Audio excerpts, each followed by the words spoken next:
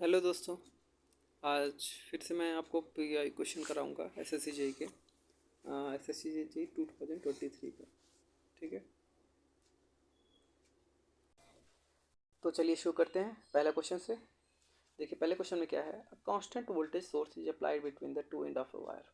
If the length of the wire is doubled and the radius remain the same, then the rate of heat develop in the wire.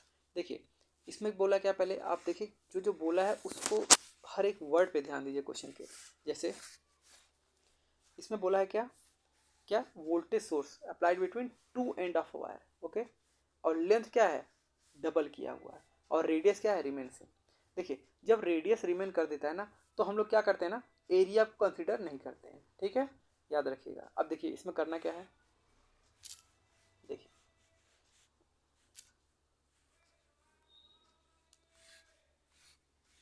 एक second.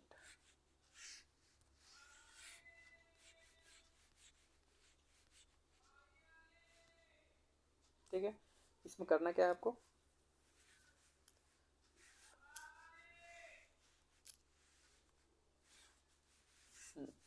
देखिए इसमें बोला है क्या, radius का जो length है जो वो क्या है, डबल कर दिया है। ठीक है, लेंथ डबल कर दिया पर रेडियस क्या है, सेम। मैंने बोला था जब रेडियस सेम हो तो क्या होगा, एरिया कंसिडर नहीं करेंगे। तो हम लोग किसको कंसिडर करेंगे, एल को और आई को। ठीक है, अब देखिए लेंथ क्या हो रही है, डबल हो रही है, और जब लेंथ डबल होगी तो करंट क्या होगा, लेंथ का डबल मतलब R is directly proportional to L था। लेंथ डबल तो रेडियस भी डबल, और रेडियस डबल तो करंट क्या होगा, हाफ हो जाएगा। ठीक है, करंट हाफ हो जाएगा, I is inversely proportional to R होता है। ठीक है, अब देखिए H equal to I square R T होता है, आर होता है। ठीक है, तो आई देखिए ये क्या है, H one I one R one. ठीक है, और यहाँ भी लिख देते हैं H two equal to I two square R two. ठीक है, अब देखिए H two upon H one कर दें, equal to I two square R two upon I one square R one.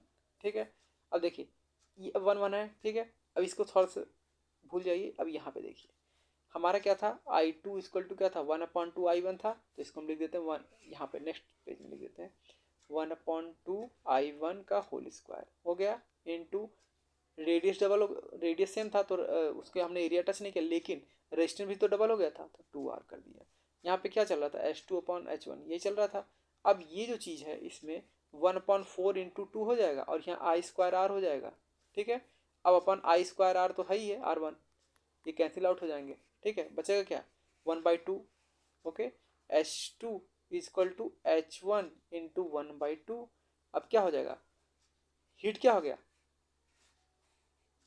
Half हो गया ना, ये हीट बोलिए, या यहाँ पे क्या पूछा है, हीट डेवलप्ड। ये पावर का भी होता था फॉर्मूला ना, आई स्क्वायर आर टी, ये हीट का भी फॉर्मूला है। ठीक है, पावर का होता है आई स्क्वायर आर, यहाँ पे बस इंटू टू कर देते तो क्या होता है, हीट हो जाता है। अब यहाँ पे क्या हो गया, हाफ, विल बी हाफ। ठीक है, ये आंसर ए।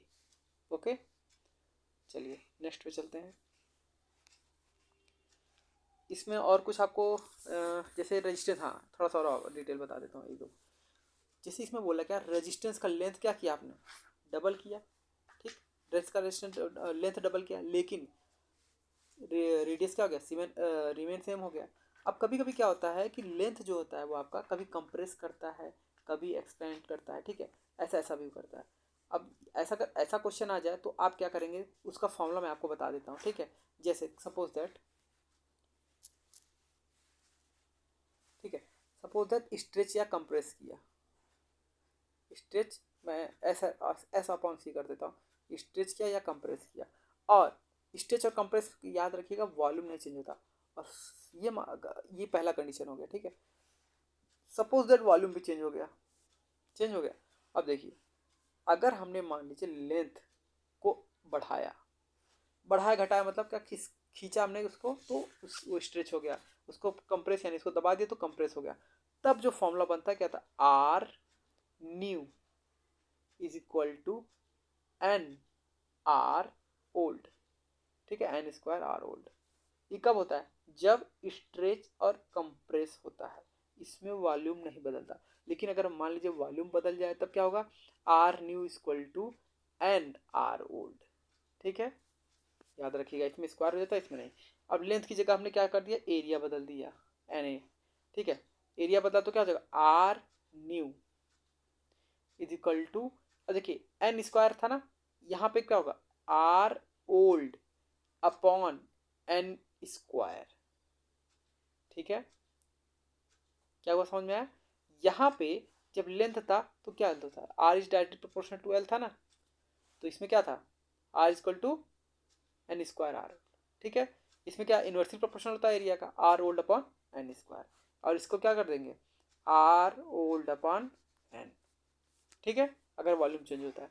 अब समझिए क्या, लेंथ चेंज हुआ, एरिया चेंज हुआ, समझिए रेडियस चेंज हो जाए या डायमीटर चेंज हो जाए, तब क्या फॉर्मूला होगा, तो आर न्यू इक्वल टू होगा आर ओल्ड अपॉन एन की पावर फोर होगा। ठीक है, और इसमें क्या होगा, जब वॉल्यूम चेंज हो गया तो R old upon N square.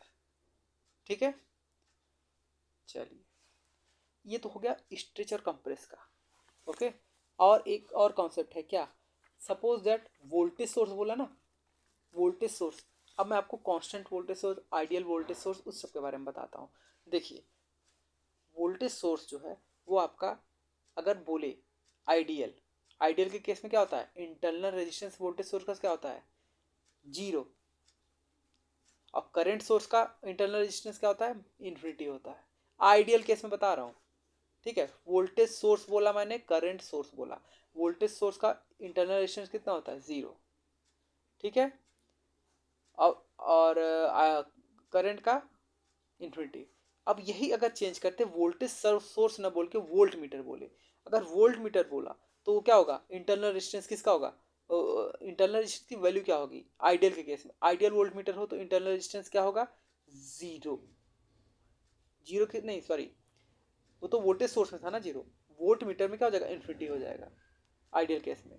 और अगर एमीटर का बोले तो क्या हो जाएगा, जीरो हो जाएगा आइडियल केस में। एमीटर यानी जो करंट नापता है, और करंट सोर्स यानी जिस जो करंट जो सोर्स होता है ना, एक्टिव होता है, ये क्या होता है, एमीटर। ये सब पैसिव होते हैं। ठीक है, तो ये नापे, ये आपके जीरो और ये इन्फिनिटी, किसके केस में, ये वोल्ट मीटर के केस में, ये एमीटर के केस में। और वोल्टेज सोर्स बोल दे तो क्या हो जाएगा, जीरो हो जाएगा। करंट सोर्स बोल दे तो क्या हो जाएगा, इन्फिनिटी हो जाएगा। ठीक है, आइडियल सब चीज़ बता रहा हूँ। अब यही चीज़ मान लीजिए प्रैक्टिकल हो जाए तो क्या होगा, वोल्ट मीटर में रेजिस्टेंस क्या होगा, हाई होगा। एमीटर में रेजिस्टेंस क्या होगा, लो होगा। वोल्टेज सोर्स में रेजिस्टेंस क्या होगा आपका, लो होगा। करंट सोर्स में रेजिस्टेंस क्या होगा, हाई होगा। ठीक है, इन्फिनिटी यानी हाई और जीरो यानी लो। ठीक है, आइडियल जैसा कुछ होता नहीं, लेकिन फिर भी जो है आइडियल केस पूछता है तो ये चीज़ याद रखिएगा। ओके, चलिए नेक्स्ट क्वेश्चन पे चलते हैं। नेक्स्ट क्वेश्चन क्या है हमारा, तो इसका आंसर क्या था, ये तो हाँ इसी का था। ठीक है, इसका आंसर था आपका विल बी हाफ। ठीक है, ये था। और हाँ ये चीज, दूसरा question, what kind of metal does continuous बस बार वायर टिपिकली कंसिस्ट ऑफ। देखिए पहली बात तो बस बार क्या होता है ये जानिए। देखिए हमारा जो जनरेशन होता है या डिस्ट्रीब्यूशन होता है सब स्टेशन में, ठीक है, ट्रांसमिशन एंड डिस्ट्रीब्यूशन, तो सब जो बस बार है वो एक तरीके से कंडक्टर हैं, हॉलो कंडक्टर या सॉलिड कंडक्टर होते हैं, जो कि काम क्या करते हैं, इनकमिंग फीडर्स को, इनकमिंग वो जो जनरेशन से आता है या इनकमिंग जो फीडर से आता है उसे आउटपुट फीडर में देते हैं। ठीक है, यही काम होता है बस बार का। ओके, अब देखिए बस बार किसके बने होते हैं, solid conductor, hollow conductor. Mainly किसके होते हैं, कॉपर और एल्युमिनियम के। ठीक है, यही दोनों के होते हैं, ऑप्शन सी इज करेक्ट।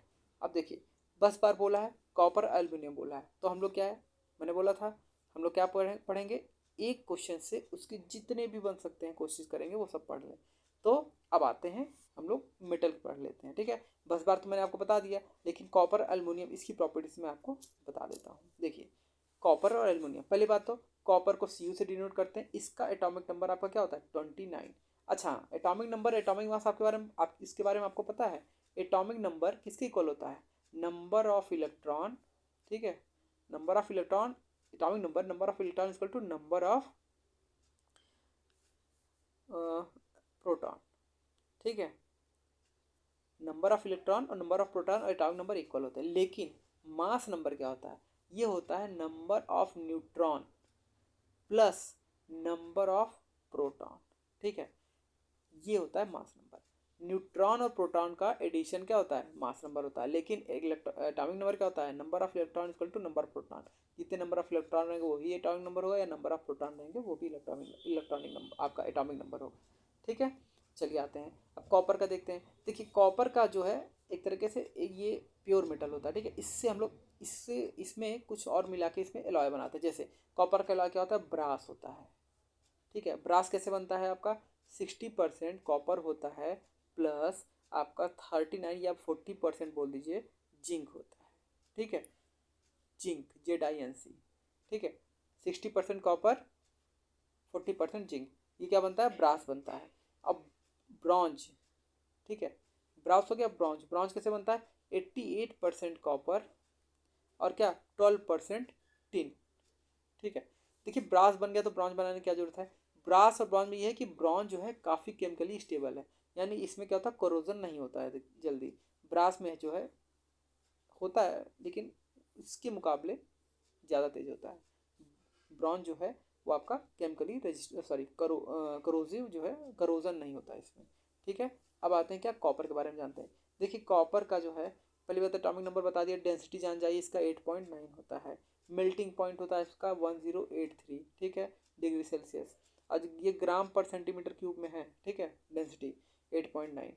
और आपका जो है बॉइलिंग पॉइंट होता है आपका 2595 2595, ठीक है। और थर्मल कंडक्टिविटी इसका होता है 40 वाट पर मिली केल्विन, ठीक है। चलिए और आपका ये देखिए ये हो गया, आपको ब्रास ब्रॉन्ज बता दिया, ठीक है। ब्रास में क्या होता है? उसका मैकेनिकल प्रॉपर्टीज क्या होती है ब्रास की? ये क्या होता है? हाइयर स्ट्रेंथ होता है इसका, ठीक है, हाइयर स्ट्रेंथ एंड डक्टाइल होता है, ठीक है। ब्रास ब्रॉन्ज क्या होता है? ये दोनों प्रॉपर्टीज ब्रॉन्ज में भी होती हैं, ठीक है, लेकिन इसमें क्या होता है? करोजन नहीं होता है, ठीक है। चलिए अब आते हैं एल्युमिनियम पे। एल्युमिनियम का एटॉमिक नंबर 13। एटॉमिक नंबर है तो नंबर ऑफ इलेक्ट्रॉन कितने होंगे? 13। नंबर ऑफ प्रोटॉन कितने होंगे? 13। मास नंबर क्या होगा? Number of proton plus number of neutron होता है, ठीक है। 13 दूनी 26 हम लोग कर देते हैं इसको, ठीक है। न्यूट्रॉन को हम लोग सोचते हैं इसमें क्या इक्वल है, ओके। अब आते हैं क्या एल्युमिनियम का यूज़ क्या होता है? इसका ACSR में यूज होता है, ठीक है। एल्युमिनियम ACSR क्या होता है? एल्युमिनियम कंडक्टर स्टील रीइंफोर्स्ड, याद रखिएगा फुल फॉर्म पूछ लेता है। ACSR aluminium conductor steel reinforced, okay, ठीक है। चलिए इसकी डेंसिटी जान लीजिए, डेंसिटी कितनी होती है? 2.469 2.68, ठीक है। देखिए कॉपर डेंसिटी थी 8 पॉइंट के समथिंग, इसकी है 2 पॉइंट के समथिंग, ओके। चलिए ठीक है, नेक्स्ट क्वेश्चन चलते हैं।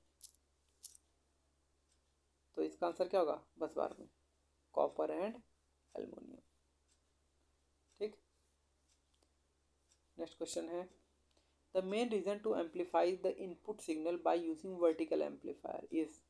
देखिए अब इसने बोला क्या? एम्पलीफायर, तो हम लोग पहले थोड़ा एम्पलीफायर के बारे में पढ़ेंगे। उसके बाद ये वर्टिकल एम्पलीफायर, वर्टिकल एम्पलीफायर कहाँ यूज होता है? CRO में। हॉरिजॉन्टल एम्पलीफायर और वर्टिकल एम्पलीफायर CRO में यूज होता है। तो थोड़ा हम लोग CRO में हॉरिजॉन्टल और वर्टिकल के बारे में जानेंगे। पहले आते हैं एम्पलीफायर में। देखिए एम्पलीफायर कितने तरह के होते हैं आपके, ठीक है। ये एनालॉग में आता है। एम्पलीफायर आपके क्लास A होता है, क्लास B होता है, क्लास AB होता है और क्लास C होता है, ठीक है। क्लास A आपका जो है एम्पलीफायर, उसको जिसे common ammeter, common base, common collector, ये जो कॉन्फ़िगरेशन होता है उसके हिसाब से आपको जो है इसमें बनाते हैं, ठीक है। और एम्पलीफायर का यूज़ क्या होता है? ये आपको मैग्नीफाई करता है क्या? वोल्टेज, करंट या पावर को, ठीक है, जिस हिसाब से जिसके लिए ये डिज़ाइन किया जाता है।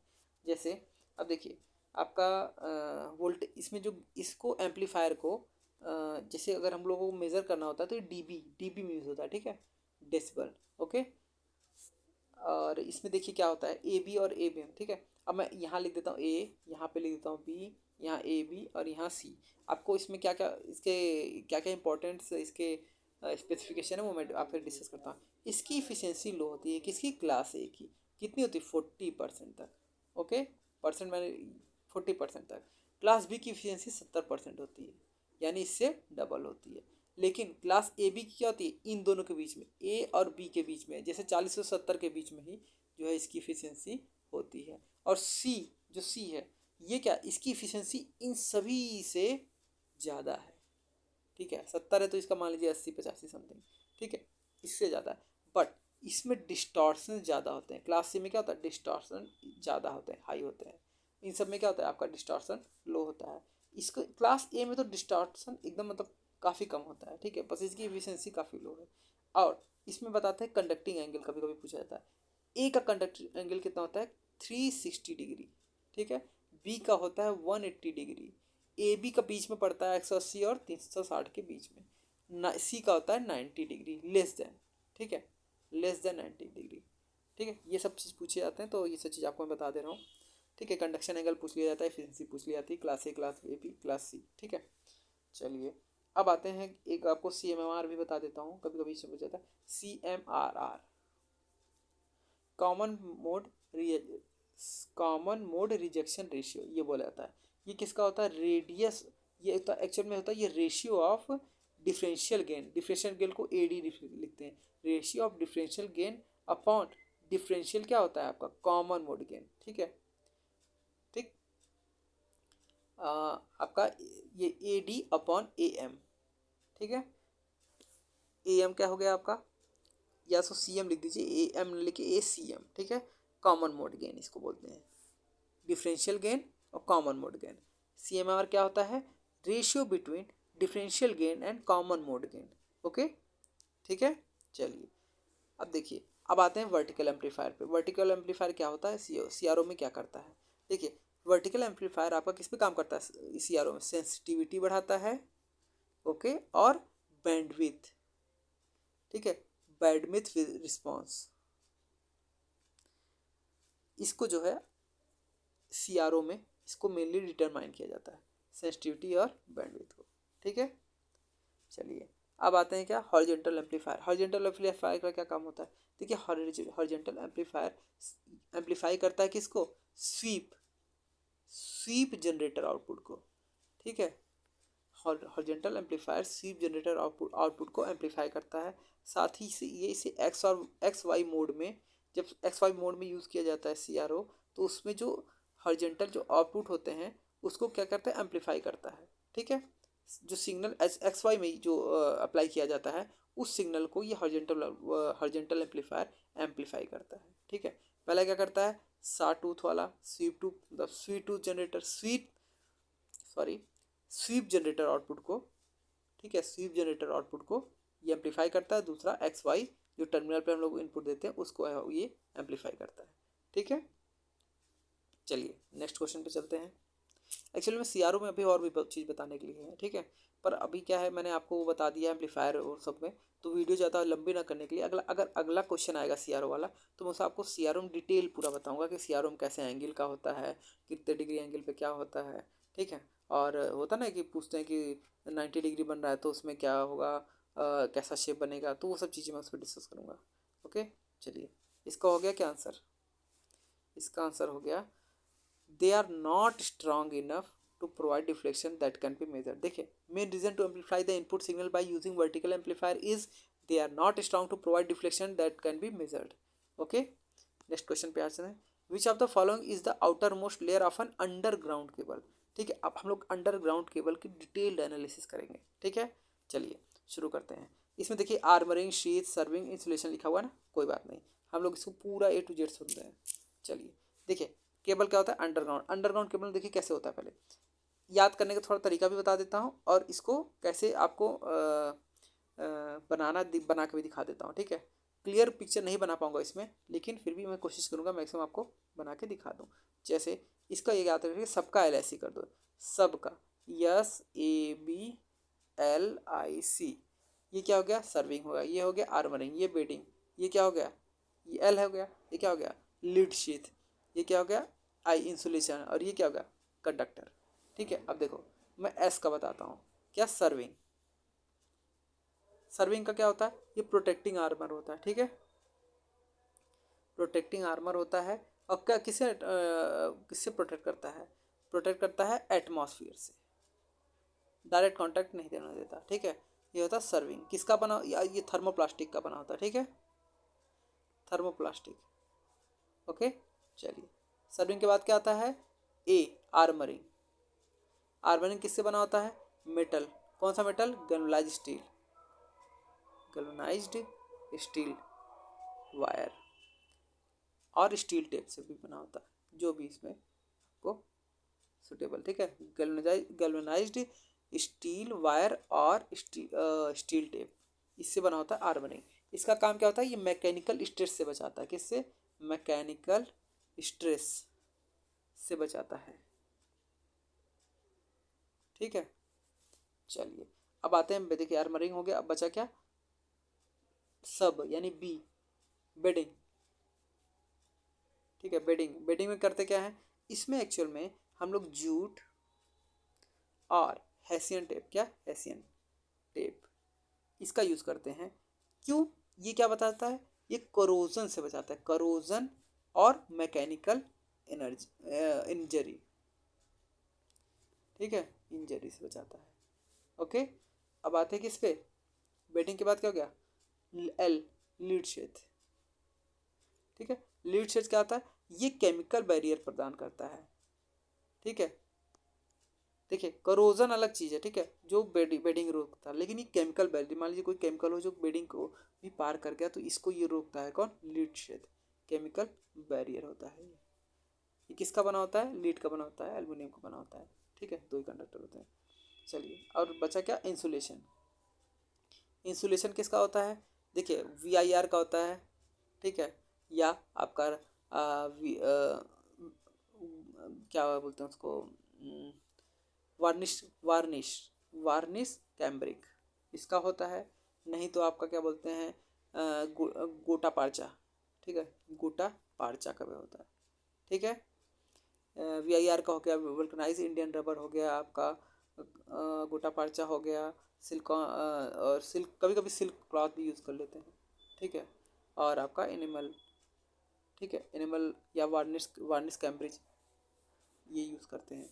अब आते हैं कंडक्टर। कंडक्टर में दो ही चीज़ होता है, एक एल्युमिनियम होता है, एक कॉपर होता है, ठीक है, दो ही कंडक्टर यूज़ होते हैं। इसी में स्ट्रैंड बना बना यूज़ होता है, कोई सिंगल कंडक्टर यूज़ कर लेते हैं, कभी ऐसे ऐसे होता है तो इसमें देखते होंगे ऐसे ऐसे करके स्ट्रैंड बना होता है, ठीक है, और कभी ओवल शेप टाइप में ऐसे होता है, तो इस टाइप के कंडक्टर होते हैं। अब आते हैं हम लोग आपको वोल्टेज, ठीक है, किस वोल्टेज पे कितना आपका यूज़ होता है केबल, बेल्ट केबल, वो बताता हूँ। देखिए, एक होता है लो वोल्टेज, एक हाई वोल्टेज, एक आपका सुपर टेंशन वोल्टेज, एक होता है एक्स्ट्रा हाई टेंशन वोल्टेज, ठीक है, एक होता है super extra super tension voltage, ठीक है। अब अल्टी पे आते हैं, ये बिलो 1000 होता है, ठीक है। HP पे आते हैं, ये 1100 तक होता है, 11,000 वोल्ट तक, ठीक है। ST, देखिए low voltage, high voltage, super tension voltage, ये कितने तक होता है, 3300 थाउजेंड, 100,000 वोल्ट, यानी 33 के तक। एक्स्ट्रा हाई टेंशन होता है आपका 66,000 वोल्ट तक, ठीक है। और उससे भी ज़्यादा कितना होता है, 132,000 या किलो वोल्ट बोल दीजिए, 66 किलो वोल्ट, 33 किलो वोल्ट ये। अब देखिए LV में तो ये जानते हैं 1000 तक है, तो ये इसमें बस सिंगल कोर मल्टी कोर यही होता है, लेकिन जो HV है उसमें हम लोग बेल्ट यूज़ करते हैं, बेल्ट केबल का यूज़ करते हैं। अब उससे आगे बढ़ते हैं तो किसका यूज़ होता है, स्क्रीन केबल का, ठीक है। हम लोग इस HV के लिए बेल्ट केबल, और क्या ये HV के लिए स्क्रीन बेल्ट केबल हो गया, और आपका सुपर टेंशन 33 kV के लिए स्क्रीन केबल हो गया। अब इससे ऊपर बढ़ेंगे तो इसमें क्या होता है, ऑयल, ठीक है, ऑयल और साथ ही साथ गैस, ठीक, इन सब केबलों का यूज़ होता है। एक होता है ऑयल इंसुलेटेड या गैस इंसुलेटेड करके, ठीक है। अब बाकी इसमें आपको बता दिया कितने वोल्टेज में क्या होता है, और बेल्ट, स्क्रीन और ऑयल आपका जो है यूज़ करते हैं, जो ऑयल फिल टाइप या आपका जो है गैस प्रेशर टाइप, ठीक, ये यूज़ करते हैं। एक फॉर्मूला बड़ा इंपॉर्टेंट है जो केबल में अक्सर यूज़ होता है, insulating resistance is equal to L upon, ठीक है, L नहीं, इसे रो बोल दीजिए, ठीक है, insulating resistance equal to rho upon 2πl, ठीक है, into log R2 upon R1, ठीक है, रो upon 2πl log R2 upon R1 mega ohm में होता है ये, ठीक है। अब देखिए इसको पिछाने का तरीका भी देख लीजिए। 3 मेथड होते हैं। पहला डायरेक्ट लेइंग, डायरेक्ट लेइंग मतलब गड्ढा खोदते हैं, और गड्ढा कितना खोदते हैं 1.5 मीटर डीप, यानी इसका हाइट जो होता है 1.5 और चौड़ाई कितनी होती है 45 सेंटीमीटर तक, ठीक है, 45 सेंटीमीटर चौड़ा, 1.5 मीटर डेप्थ हो रहती है। दूसरा होता है ड्रॉ इन सिस्टम, तीसरा होता है आपका सॉलिड सिस्टम, ठीक है। पहला आपका ड्राइंग सिस्टम डायरेक्ट, दूसरा ड्राइंग सिस्टम, तीसरा सॉलिड सिस्टम, ठीक है। ड्राइंग सिस्टम मतलब क्या होता है, जैसे जो सीवर लाइन होती है उन सभी में पहले से क्या होता है, पाइप के साथ साथ जो केबल्स होती हैं उसके जाने के लिए भी पहले से उसमें सिस्टम बना देते हैं। वही ड्राइंग सिस्टम सीधा सीधा उस ड्रॉ रहता है, पहले से बना रहता है, उसके अंदर केबल डाल देते हैं। अब सॉलिड सिस्टम में क्या होता है, इसमें कंक्रीट का स्ट्रक्चर बनाते हैं, ऐसे ऐसे पोल्स होते हैं और सीधा केवल इसी के लिए जो है लेआउट करते हैं, ठीक है। कोई रेलवे किनारे जो होता है अधिकतर डायरेक्ट लाइन यूज होता है, लेकिन कभी कभी क्रॉस कराने के लिए भी, जैसे एक पटरी के नीचे नीचे ले आने के लिए सॉलिड सिस्टम यूज़ कर लेते हैं। कभी कभी रोड में भी होता है, नीचे सॉलिड सिस्टम यूज़ कर लिया जाता है, ठीक है। चलिए नेक्स्ट क्वेश्चन चलते हैं। इसका आंसर क्या हो गया, which are the following outer most layer. तो आउटर मोस्ट लेयर कौन थी हमारी, सर्विंग, ओके। चलिए देखिए, the depletion layer capacitance is essentially the capacitance of a dash dash PN junction. अब देखिए कैपेसिटेंस पूछ लिया किसका, पीएन जंक्शन का, तो हम लोग डिटेल एनालिसिस करेंगे इसका, पीएन जंक्शन का करेंगे और क्या कैपेसिटेंस का करेंगे। तो चलिए शुरू करते हैं। देखिए पहली बात तो पीएन जंक्शन जानिए क्या होता है। पीएन जंक्शन में आपका दो, एक पी लेयर एक एन लेयर, दोनों को आपस में कंबाइन किया जाता है। जब कंबाइन किया जाता है तो यहाँ पे एक डिप्लीशन लेयर बन जाती है, ठीक है। और इस क्योंकि इसने कैपेसिटेंस के बारे में बात किया है, तो पहले हम लोग पीएन जंक्शन कैसे बनता है, इसमें मटेरियल क्या यूज़ होता है, उस सब के बारे में जान लेते हैं, फिर हम लोग आते हैं कैपेसिटेंस पे। तो पहले हम लोग जान लेते हैं क्या, पी टाइप। देखिए पी टाइप जो है, पहली बात जान लीजिए कैसे बनता है सेमीकंडक्टर। इंट्रिंसिक सेमीकंडक्टर होता है जो कि प्योर फॉर्म में होता है, इसमें हम लोग इम्प्योरिटीज़ ऐड करते हैं। जब ऐड करते हैं तो क्या होता है, एक्सट्रिंसिक बन जाता है ये। जब एक्सट्रिंसिक बन जाता है, इसी को हम लोग, ये एक्सट्रिंसिक में ही पी और एन टाइप आते हैं। जैसे पी टाइप बनाना हो तो हम लोग इंट्रिंसिक में कौन सा इम्प्योरिटी ऐड करेंगे, ये देखिए पी टाइप है, और पी टाइप का मतलब क्या होता है आपका एल्युमिनियम, ठीक है। जो पेट जानते हैं पाला जाता है जिसे, तो ऐसे पाला जाता है, ऐसे समझिए पाला, यानी पी एल्युमिनियम। एक बार एल्युमिनियम आ गया ना, ठीक है, तो आप आराम से फिर से बना सकते हैं, ठीक है। Aluminium, boron and indium and gallium, ठीक है। एल्युमिनियम, बोरान, इंडियम, गैलीनियम, ये पी टाइप के लिए है। एन टाइप के लिए होता है आपका, जब इसमें हो गया एल्युमिनियम, बोरान, इंडियम, गैलीनियम, अब इसका आपका क्या होगा, phosphorus, phosphorus, arsenic and antimony, ठीक है। इसको पहला से मेनली दो चीज़ में पूछ लेता है एल्युमिनियम, बोरान में पी टाइप के लिए, और एन टाइप के लिए फास्फोरस और आपका आर्सेनिक। अब फास्फोरस है, फास्फोरस का आप अपने हिसाब से कुछ भी बना लीजिएगा, कभी कभी होता है कि भूल जाते हैं, तो पान बाहर ऐसे बोल दीजिए।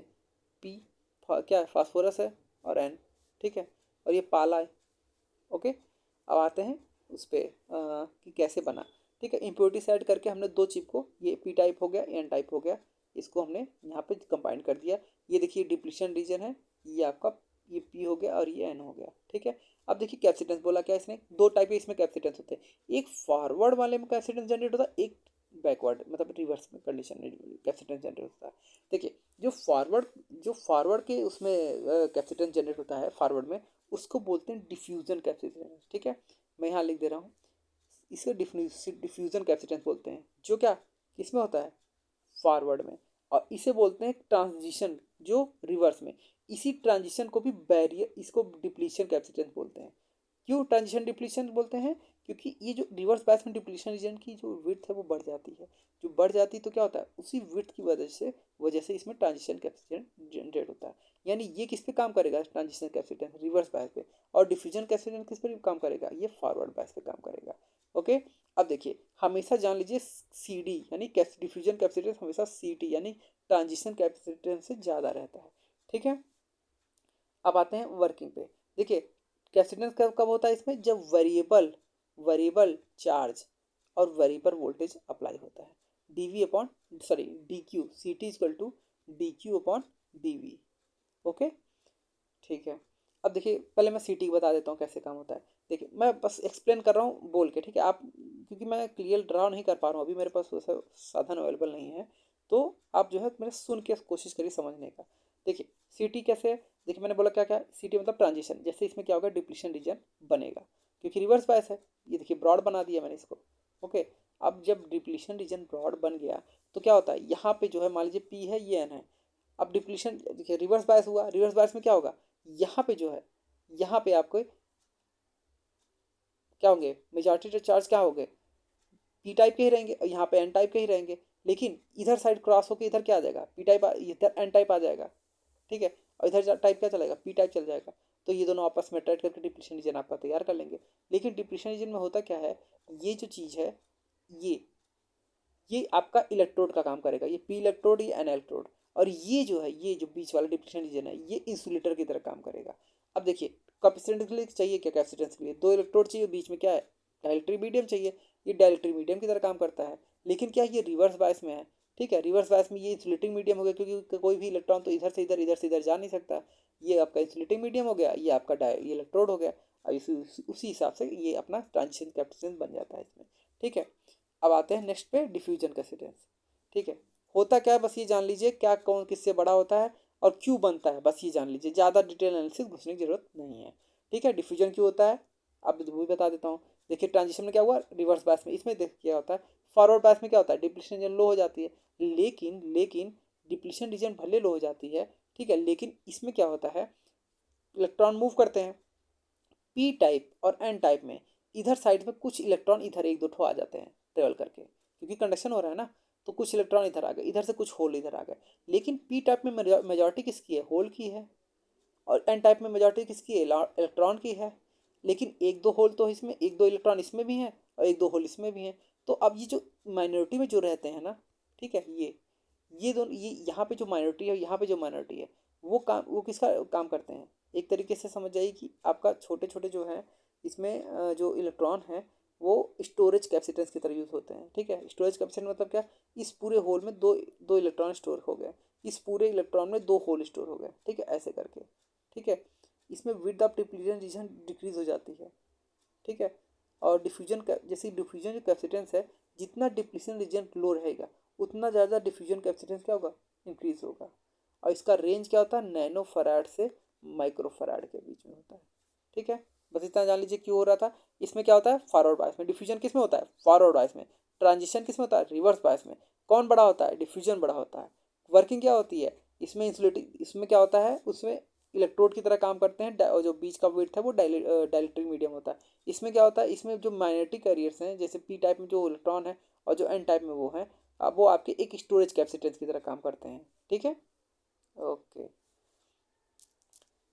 तो इसका आंसर क्या हो गया, depletion layer capacitance is essentially the that capacitance of अ, देखिए डिप्लीशन लेयर यानी क्या, ट्रांजिशन कैपेसिटेंस की बात कर रहा है। डिप्लीशन लेयर तो किस में काम करता है, रिवर्स की फॉरवर्ड में। ट्रांजिशन किस में, रिवर्स बायस में काम करता है। तो हमारा आंसर क्या हो जाएगा, ए, ठीक है। चलिए फ्रेंड्स आज के लिए इतना ही, फिर नेक्स्ट डे आपको फिर से ऐसे ही 5 क्वेश्चन और उसका डिटेल कोशिश करूँगा बताने का आपको। Okay thanks.